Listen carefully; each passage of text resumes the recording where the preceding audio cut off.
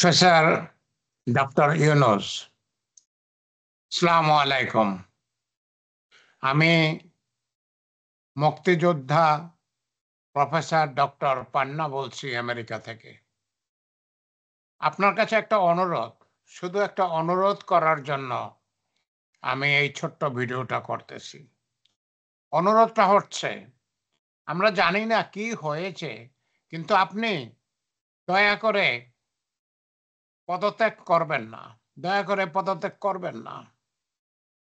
বাংলাদেশের 19 কোটি নিরপরাধ মানুষ, বাংলাদেশের 19 কোটি নিরপরাধ মানুষ, তাদেরকে আপনি সিংহের মুখে ফেলে চলে যাবেন না, তাদেরকে সিংহের মুখে ফেলে চলে যাবেন না। ওরা অসহায়, ওরা অসহায়। এই 19 কোটি মানুষ আল্লাহর ইচ্ছায় আপনার উপরে ভরসা করেছে। তারা গত 10 মাস স্বাধীনতার স্বাদ পেয়েছে। তারা বাংলাদেশ 53 বছর যাবৎ স্বাধীন হয়েছে, কিন্তু বাংলাদেশের মানুষ স্বাধীনতার স্বাদ খুব একটা পায় নাই। এই আগস্ট মাস থেকে গত 10 মাস আল্লাহর ইচ্ছায় আপনার কল্যাণে বাংলাদেশের এই 19 কোটি মানুষ স্বাধীনতার স্বাদ পেয়েছে।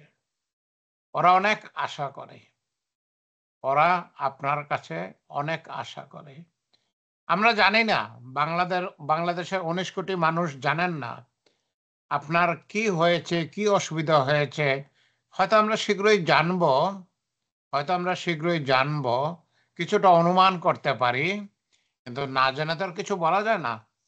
কিন্তু আপনার কাছে অনুরোধ, যে কোনো অবস্থায় আপনি দয়া করে পদত্যাগ করবেন না।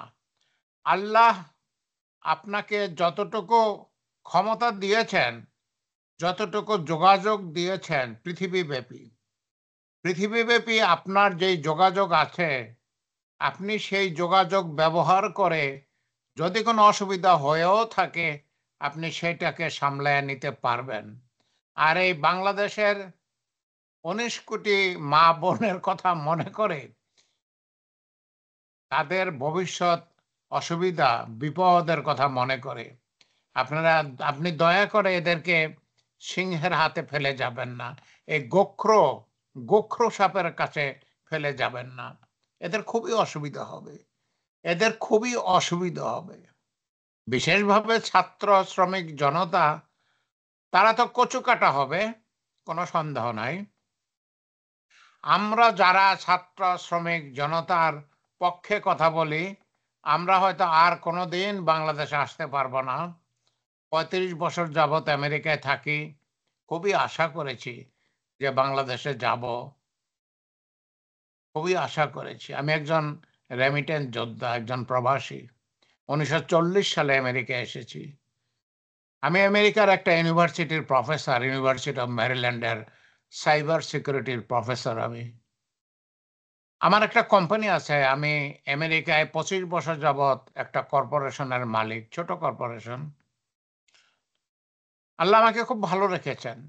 আমি ভেবেছিলাম 76 বছর বয়স হয়ে গেছে, আমেরিকাকে তো 35 বছর সার্ভিস দিলাম, এবার বাংলাদেশে চলে যাব, বাংলাদেশে যে কিছু করব।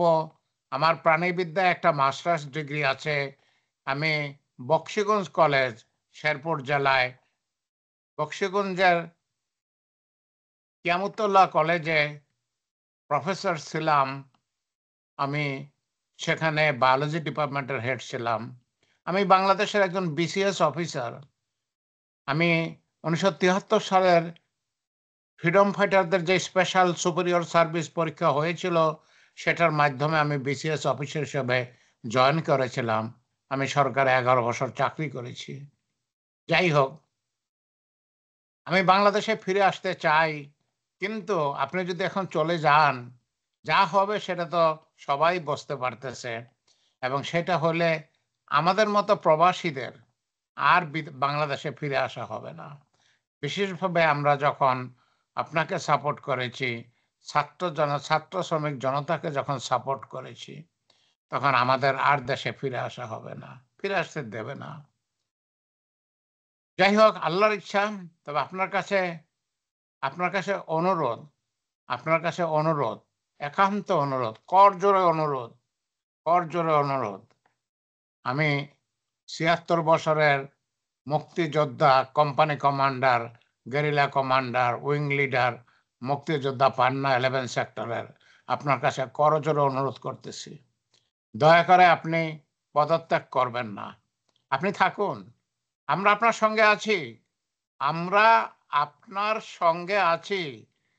বাংলাদেশের সবাই আপনাকে চায়, বাংলাদেশের সবাই আপনাকে চায়।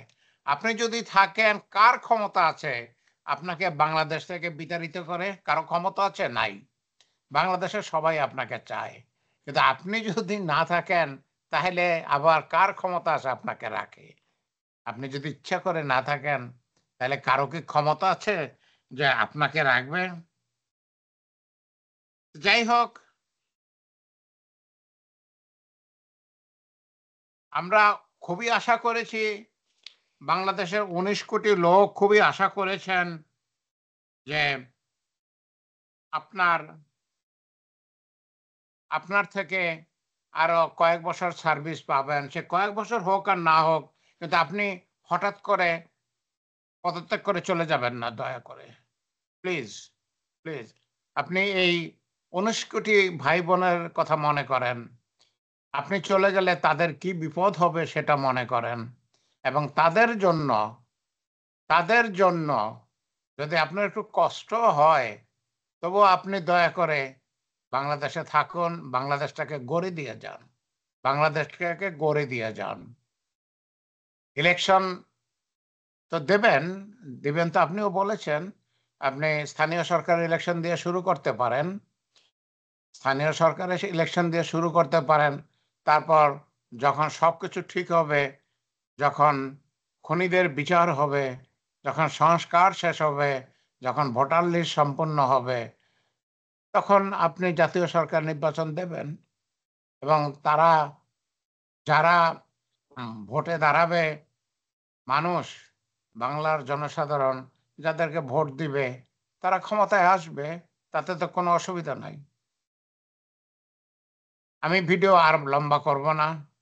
আমি জানি আমরা সবাই টেনশনে আছি, আপনিও টেনশনে আছেন। আম আমরা আপনার জন্য দোয়া করি, আপনি আমাদের জন্য দোয়া করবেন। আল্লাহ আমাদের সহায় থাকুন। আমার পুনরায় আমার শেষ নিবেদন, দয়া করে আপনি পদত্যাগ করবেন না। প্লিজ, দয়া করে পদত্যাগ করবেন না। আপনার এই ১৯ কোটি ভাই বোনকে সিংহের মুখে ফেলে দিয়ে, গোক্র সাপের মুখে ফেলে দিয়ে চলে যাবেন না।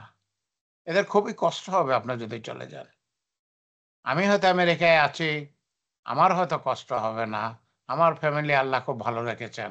আমেরিকায় আমরা ভালোই থাকবো ইনশাআল্লাহ। কিন্তু বাংলাদেশের মানুষের খুবই কষ্ট হবে। দয়া করে থাকবেন, দয়া করে থাকুন, দয়া করে পদত্যাগ করবেন না। আমি নিজেও এখন অনেক কথা বলতে পারতেছি না। আমি একটু আবেগ আপ্লুত।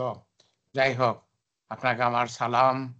আপনি দয়া করে থাকবেন। আমি আশা করি আপনি থাকবেন। আল্লাহ আমাদের সহায় থাকুন। আমিন, আমিন।